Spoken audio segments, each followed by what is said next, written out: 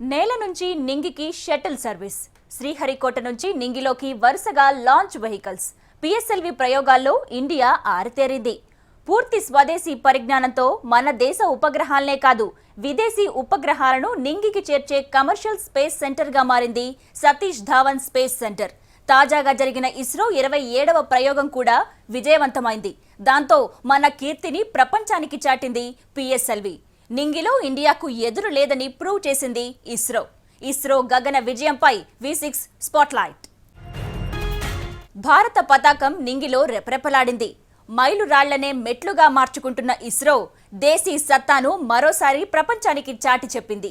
ఉపగ్రహాల ప్రయోగంలో కొత్త చరిత్రకు నాంది పలికింది. విదేశీ శాటిలైట్ల కోసం షటిల్ సర్వీస్గా మారింది షార్. ప్రయోగాలకు పెట్టని కోటలా మారింది మన శ్రీహరికోట. 10, 9, 8, 7, 6, 5, 4, 3, 2, 1, 0, +1, +2, +3, +4, +5, +6, +7, +8, +15 seconds. नई कहानी एक बार के +20 हमारा PSL में पथ पर अग्रसर जैसे जानता हो कि उसे किस राह निकालना।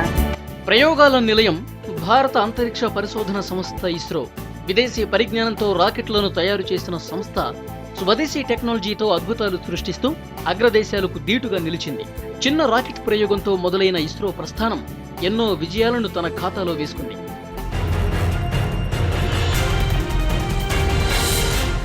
అంతరిక్ష పరిశోధన రంగంలో భారత కీర్తిని మరోసారి చాటింది శ్రీహరికోటలోని సతీష్ ధావన్ స్పేస్ సెంటర్.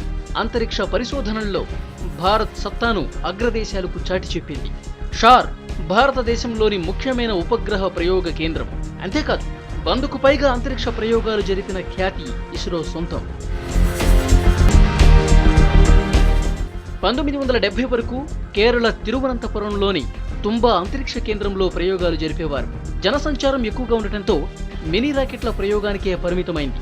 భవిష్యత్ అవసరాల దృష్ట్యా అంతరిక్ష కేంద్రాన్ని డాక్టర్ విక్రమ్ సారాభాయ్ నెల్లూరు జిల్లాలోని శ్రీహరికోటకు మార్చారు. శ్రీహరికోట అంతరిక్ష కేంద్రం 43,360 ఎకరాల్లో విస్తరించి ఉంది. ఇక్కడే మొదటిసారిగా సౌండింగ్ రాకెట్లు ప్రారంభమయ్యాయి. 1971 అక్టోబర్ 9న రోహిణి 125 సౌండింగ్ రాకెట్ను ప్రయోగాత్మకంగా ప్రయోగించారు. నాటి నుంచి ఇప్పటి 27వ PSLV ప్రయోగం వరకు కీలక ప్రయోగాలకు వేదికైంది.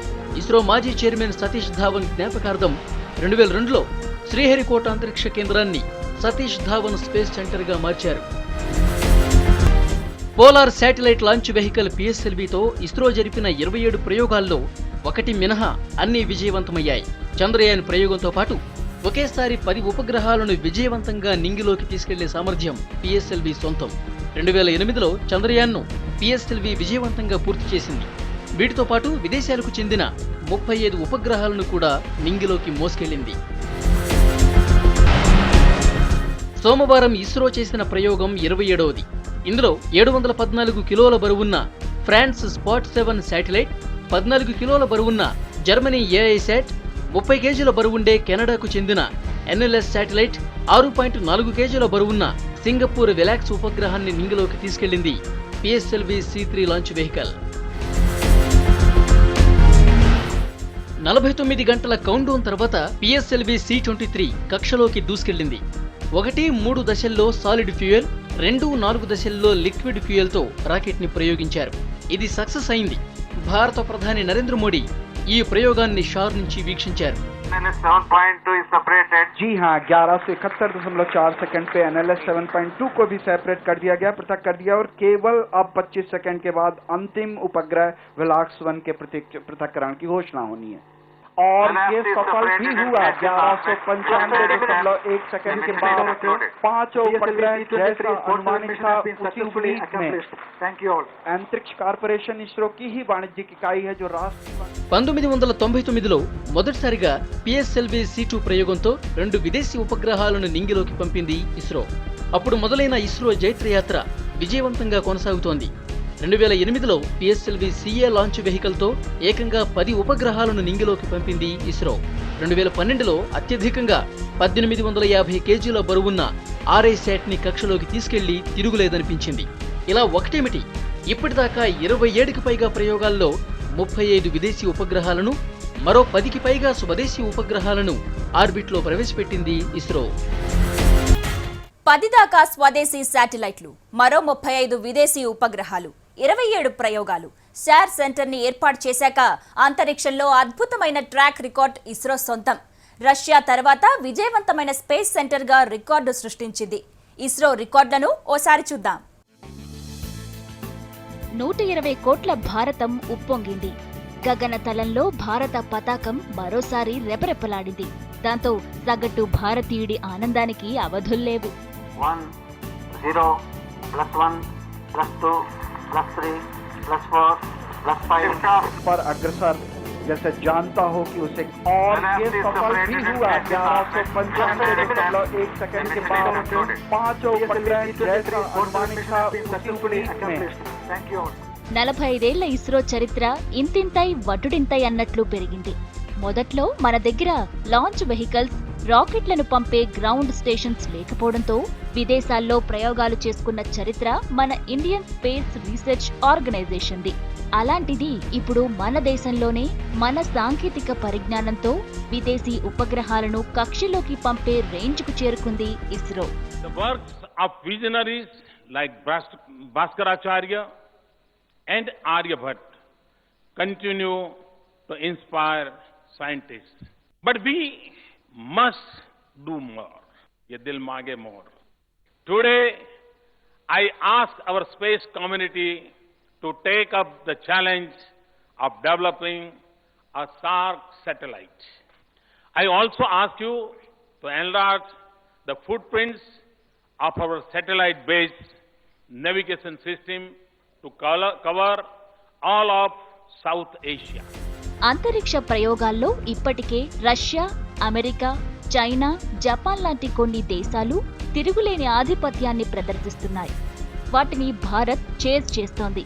సుమారు 36,000 కిలోమీటర్ల దూరంలో దేశానికి 1,500 కిలోమీటర్ల సరౌండింగ్స్ లో 7 శాటిలైట్లను ప్రయోగించింది భారత్. ఇప్పటికే ఇన్ఫర్మేషన్, సిగ్నలింగ్, ఏవియేషన్, నావిగేషన్ రంగాల కోసం మన శాటిలైట్లు ఆర్బిట్లో పనిని ప్రారంభించాయి. 10 ఏళ్ల పాటు అవి ఆర్బిట్లో సేవలందిస్తాయి. ఇవి కాకుండా మరికొన్ని అత్యాధునిక ప్రయోగాలకు ఇస్రో సిద్ధమవుతోంది. చంద్రయాన్ అందించిన స్ఫూర్తితో చంద్రయాన్ 2 ప్రయోగానికి సిద్ధమవుతోంది ISRO. 19 countries, even today's satellites are all from developed nations, France, Canada, Germany, and Singapore. Truly, this is a global endorsement of India's space capability. We have also developed our own satellite-based navigation system. I am told this will be fully deployed by 2015. Moreover, we can be proud that our space program is indigenous. We have developed despite international hurdles. తొలిసారిగా అబ్దుల్ కలాం ఆధ్వర్యంలో SLV-3 ప్రయోగాన్ని ప్రతిష్టాత్మకంగా ప్రారంభించారు. కొన్ని సాంకేతిక కారణాలతో ప్రయోగం విఫలమైనా వెనక్కి తగ్గలేదు ఇస్రో. 1980లో రోహిణి 1ను విజయవంతంగా ప్రయోగించారు. భారత్ ప్రయోగించిన మొదటి ఉపగ్రహంగా ఇది చరిత్రలో నిలిచిపోయింది. అప్పటి నుంచి ఇప్పటి వరకు 4 రకాల ఉపగ్రహ వాహక నౌకలను రూపొందించింది ఇస్రో. SLV తర్వాత ASLV రాకెట్లను తయారు చేసింది. తక్కువ ఖర్చుతో 150 కిలోల బరువును మోసుకెళ్లేలా దీన్ని తయారు చేశారు శాస్త్రవేత్తలు. SLV, ASLVతో పాటు PSLV, GSLV రాకెట్లను తయారు చేసి మన సామర్థ్యాన్ని ప్రపంచ దేశాలకు చాటి చెప్పింది భారత్. భారీ ఉపగ్రహాలను అంతరిక్షంలోకి మోసుకెళ్లగల సామర్థ్యం ఉన్న రాకెట్ GSLV. 2001 ఏప్రిల్ 28న మొదటిసారిగా GSLV D1 రాకెట్ను ప్రయోగించింది ఇస్రో. GSAT-1 ఉపగ్రహాన్ని విజయవంతంగా నింగిలోకి తీసుకువెళ్లింది. ఇస్రో చరిత్రలో మరో ఘన విజయం మానవరహిత చంద్రయాన్. అప్పట్లో ప్రపంచ దేశాలకు సాధ్యం కాని ప్రయోగాన్ని విజయవంతంగా పూర్తి చేసింది ఇస్రో. తొలి ప్రయత్నంలోనే 2008 అక్టోబర్ 24న PSLV C-11 ద్వారా చంద్రయాన్ 1ను చంద్రుడిపైకి పంపి రహస్యాలను ఛేదించింది. దీంతో మన దేశ టెక్నాలజీ స్థాయి ప్రపంచానికి తెలిసొచ్చింది. 2009లో PSLV C-12ను ప్రయోగించింది. 2012 ఏప్రిల్లో PSLV C-19, ఇక అదే ఏడాది సెప్టెంబర్లో PSLV C-21ను నింగిలోకి పంపింది. గత ఏడాది 4 రాకెట్లను విజయవంతంగా ప్రయోగించింది మన ISRO. PSLV-20, PSLV-22, GSLV-D5, PSLV C-25 ప్రయోగాలను సక్సెస్ చేశారు. ఈ ఏడాది జనవరి 5న GSLV-D5 GSAT-14 ఉపగ్రహాన్ని అంతరిక్షంలోకి తీసుకువెళ్లింది. GSAT-14లో 12 ట్రాన్స్పాండర్లు ఉన్నాయి. 6 ఎక్స్టెండెడ్ C బాండ్ ట్రాన్స్పాండర్లు, 6 KU బాండ్ ట్రాన్స్పాండర్లు, 2 KA బాండ్ ట్రాన్స్పాండర్లు అమర్చారు. GSAT-14 12 ఏళ్లు సేవలందిస్తుంది. 100 కోట్ల ప్రయోగం, 50 కోట్ల దాకా ఆదాయం. ఎందుకు చేస్తారో తెలియని ప్రయోగాల కోసం కోట్లు ఖర్చు పెడతారన్న అపవాదు. దాన్నుంచి బయటపడిన ఇస్రో లాభదాయక బిజినెస్ వైపు అడుగులు వేస్తోంది. శాటిలైట్ల ప్రయోగం కోసం ప్రపంచ దేశాలన్నీ ఇప్పుడు ఇండియా వైపు చూస్తున్నాయి. అందుకే ప్రధాని మోదీ ఏ దిల్ మాంగే మోర్ అంటూ స్ఫూర్తి నింపారు. ప్రయోగానికి 100 కోట్లు, అందులో విదేశీ ఉపగ్రహ ప్రయోగాలను పంపడంతో 47 కోట్ల రూపాయల ఆదాయం ఇస్రో అకౌంటుకు చేరింది. అంటే 50 కోట్లతో మన శాటిలైట్ అంతరిక్షంలోకెళ్లిందన్నమాట. షార్ నుంచి ఇంతకు ముందు సక్సెస్ఫుల్ గా ఎన్నో ప్రయోగాలు జరిగాయి. ప్రధానమంత్రో ప్రెసిడెంటో ఆ ప్రయోగాలు చూడ్డం, ప్రయోగం సక్సెస్ అయ్యాక వచ్చి రొటీన్ స్పీచ్ ఇవ్వడం ఇన్నాళ్లు చూశాం. అయితే 5 విదేశీ శాటిలైట్లను, PSLV C-23 రాకెట్ ప్రయోగాన్ని స్వయంగా చూసిన ప్రధాని మోదీ మాత్రం సైంటిస్టులలో ఉత్సాహాన్ని నింపారు. ఏ దిల్ మాంగే మోర్ అంటూ ఇస్రో సైంటిస్టుల వెన్ను తట్టారు. My dear scientists gathered here and fellow citizens of India, my congratulations to our brilliant space scientists. Despite international hurdles, generations of our space scientists have worked to make India a self-reliant space power. అంతరిక్షంలో మనం సాధించిన ఈ విజయానికి ప్రపంచం మొత్తం సై అన్నట్టేనన్నారు మోదీ. ఏ దేశానికి చెందిన satellite అయినా సరే మన లాంచ్ వెహికల్లోనే ప్రయాణించాలన్నారు. ఆ దిశగా మన స్పేస్ రీసెర్చ్ సత్తా మరింత పెంచుకుందామని స్ఫూర్తి నింపారు. PSLV రాకెట్ తో లాంచ్ వెహికల్స్ ని కమర్షియల్ గా వాడుకోవాలని, మన స్పేస్ రీసెర్చ్ ను మరింత అభివృద్ధి చేయాలి అనేది మోదీ ఉద్దేశం. 18 countries, even today's satellites are all from developed nations, France, Canada, Germany and Singapore. Truly, this is a global endorsement of India's space capability. We have also developed our own satellite-based navigation system. I am told this will be fully deployed by 2015. Moreover, we can be proud that our space program is indigenous. We have developed despite international hurdles. ఉపనిషత్తుల నుంచి ఉపగ్రహాల దాకా మానవ జీవనయానాన్ని తీసుకువెళ్లిన శాస్త్రవేత్తలకు అభినందనలు అంటూ ప్రధానమంత్రి Modi SHAR శాస్త్రవేత్తలను impress చేశారు. PSLV C-23 ప్రయోగం విజయవంతమయ్యాక శ్రీహరికోటలోని SHAR monitoring centre నుంచి ఆయన జాతినుద్దేశించి ప్రసంగించారు. సార్క్ దేశాలకు ఉపయోగపడేలా కొత్త ఉపగ్రహాన్ని రూపొందించాలని, ఇది సార్క్ దేశాలన్నింటికీ సేవలు అందించేలా ఉండాలని కోరారు. అభివృద్ధి చెందిన దేశాలు కూడా ఉపగ్రహాలు పట్టుకుని మన వద్దకే వస్తున్నాయంటూ అంతరిక్ష రంగంలో విజయాన్ని అభినందించారు. హాలీవుడ్ సినిమా నిర్మాణం కంటే మన శాటిలైట్ ప్రయోగానికి తక్కువ ఖర్చవుతోందని మోదీ ప్రశంసించారు. Program stands out at the most cost effective. मैंने सुना है कि हॉलीवुड मूवी जो ग्रेविटी मूवी बनी है उसमें जो खर्चा आया है उससे भी हमारे मार्स मिशन का खर्चा कम है. ये अपने आप में बहुत बड़ी बात है. సార్క్ దేశాలకు ఉపయోగపడేలా ఓ శాటిలైట్ ని ప్రయోగించాలని ఇస్రో సైంటిస్టులకు టార్గెట్ ఇచ్చారు మోదీ. సార్క్ దేశాల సూపర్ పవర్ గా భారత్ ని నిలబెట్టాలి అన్నది మోదీ స్ట్రాటజీ అని, అందుకే టార్గెట్ ని పెట్టినట్లు చెబుతున్నారు నిపుణులు. Today I ask our space community to take up the challenge of developing a SARC satellite that we can dedicate to our neighborhood as a gift from India. A satellite that provides a full range of applications and services to all our neighbors. 4 జనరేషన్ల సైంటిస్టులను చూసిన సంతోషంలో ఓ space museum ఏర్పాటుకు clue ఇచ్చారు Modi. ఏదైతేనేం PSLV C-23 ప్రయోగంతో ఇస్రోపై మరిన్ని బాధ్యతలు మోపారు ప్రధాని మోదీ. భవిష్యత్తులో వ్యవసాయం, నౌకాయానం, communication వ్యవస్థలతో పాటు ఉపద్రవాలను కనిపెట్టేందుకు శాటిలైట్ వ్యవస్థను వాడుకునేలా ప్రయోగాలు చేయాలని సూచించారు. ప్రపంచానికి లెక్కలు నేర్పిన చరిత్ర మనది. మొట్టమొదటి రాకెట్ ప్రయోగం చేసింది మన సుల్తాన్లే. కానీ అంతరిక్ష ప్రయోగాల్లో మాత్రం ఇండియా వెనుకబడిపోయింది. అగ్రరాజ్యాల పోరు మధ్య స్పేస్ రన్ను లేటుగా మొదలుపెట్టింది ఇండియా. అయితేనేం అనూహ్య విజయాలు సాధిస్తోంది. ఓసారి చరిత్రలోకి వెళదాం. 18వ శతాబ్దంలోనే టిప్పు సుల్తాన్ రాకెట్లను ప్రయోగించాడని చెబుతోంది చరిత్ర. దానికి చారిత్రక ఆధారాలు కూడా ఉన్నాయి. నాటి నుంచి అత్యాధునిక క్రయోజెనిక్ ఇంజన్తో ప్రయోగం చేసే స్థాయికి చేరింది ఇండియా. కాకపోతే మధ్యలో స్పేస్ రన్ను కొంచెం లేటుగా మొదలుపెట్టింది ఇస్రో. 1980లో 150 కిలోల పేలోడ్తో SLV వెహికల్తో ప్రయోగం చేసింది ఇస్రో. ఇప్పుడు పూర్తిగా స్వదేశీ పరిజ్ఞానంతో క్రయోజెనిక్ ఇంజిన్ సాయంతో GSLV ప్రయోగాలు చేస్తోంది.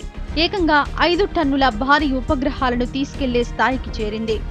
అదే geo synchronise satellite launch vehicle ప్రయోగం.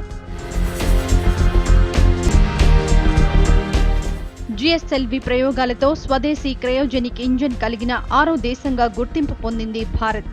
America, Russia, Japan, China, France దేశాల్లో మాత్రమే క్రయోజెనిక్ ఇంజిన్స్ తో ప్రయోగాలు చేస్తున్నాయి. అయితే స్పేస్ రీసెర్చ్ లో అడ్వాన్స్డ్ టెక్నాలజీతో దూసుకెళ్తున్న ఫ్రాన్స్, జర్మనీ, జపాన్ లాంటి దేశాలు మన PSLV లాంచ్ వెహికల్స్ తో తక్కువ ఖర్చుతో కక్షలోకి తమ శాటిలైట్లను పంపిస్తున్నాయి. అంటే మన స్పేస్ రీసెర్చ్ ను ఇస్రో ఏ స్థాయిలో అభివృద్ధి చేసిందో అర్థం చేసుకోవచ్చు. భూ అనువర్తిత ఉపగ్రహాల ప్రయోగానికి వీలుగా geo synchronise satellite launch vehicle rocket ను ఇస్రో అభివృద్ధి చేసింది. ఈ ప్రాజెక్ట్ 1990లోనే మొదలైంది. అప్పటికే విజయవంతమైన PSLV రాకెట్లోని కొన్ని పరికరాలనే మరింత అభివృద్ధి చేసి GSLVని రూపొందించారు. దానికి రష్యా సహకరించింది. క్రయోజెనిక్ ఇంజిన్లను రష్యా అందించడంతో అమెరికా అభ్యంతరం చెప్పింది. దాంతో 1992లో రష్యా తన ఒప్పందాన్ని రద్దు చేసుకుంది. దాంతో దేశీయంగా క్రయోజెనిక్ ఇంజిన్ల తయారీపై 1994లో ఇస్రో పూర్తి స్థాయిలో దృష్టి సారించింది. అంతకు ముందే రష్యా నుంచి 7 ఇంజిన్లను భారత్ కొనుగోలు చేసింది. వాటి ఆధారంగానే ఇస్రో ప్రయోగాలు జరిగాయి. కొన్ని వైఫల్యాల తర్వాత GSLV ప్రయోగం సక్సెస్ అయింది. క్రయోజెనిక్ సామర్థ్యం సొంతం కావడంతో అంతరిక్ష ప్రయోగాల మార్కెట్ను భారత్ అందిపుచ్చుకుంది. అయితే మరిన్ని GSLV ప్రయోగాలను విజయవంతం చేయాల్సి ఉంది. అదే జరిగితే కోట్లాది డాలర్ల ఆదాయం సమకూరే అవకాశం ఉంది. GSLV రాకెట్తో 2 నుంచి 4 టన్నుల బరువుండే ఉపగ్రహాలను కక్షలోకి ప్రవేశపెట్టవచ్చు. దీంతో ఆ ఉపగ్రహాల సేవలు సంబంధిత దేశానికి ఎప్పుడూ అందుబాటులో ఉంటాయి. PSLV రాకెట్తో భారత్ దేశీ, విదేశీ చిన్న తరహా ఉపగ్రహాలను విజయవంతంగా ప్రయోగిస్తూ రికార్డులు సృష్టిస్తోంది.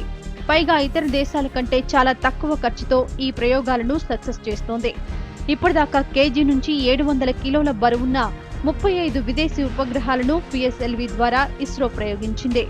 క్రయోజెనిక్ సామర్థ్యం స్థిరపడితే భారీ ఉపగ్రహాల ప్రయోగంలో అమెరికా అంతరిక్ష సంస్థ నాసా, యూరప్కు చెందిన యూరోపియన్ స్పేస్ ఏజెన్సీలకు భారత్ గట్టి పోటీ ఇస్తుందంటున్నారు నిపుణులు.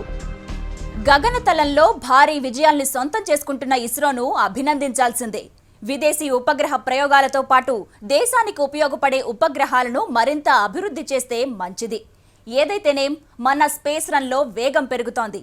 ఇది ఇలాగే కంటిన్యూ అయ్యి మరిన్ని భారీ విజయాలు సాధించాలని కోరుకుందాం. ఇది V6 స్పాట్లైట్.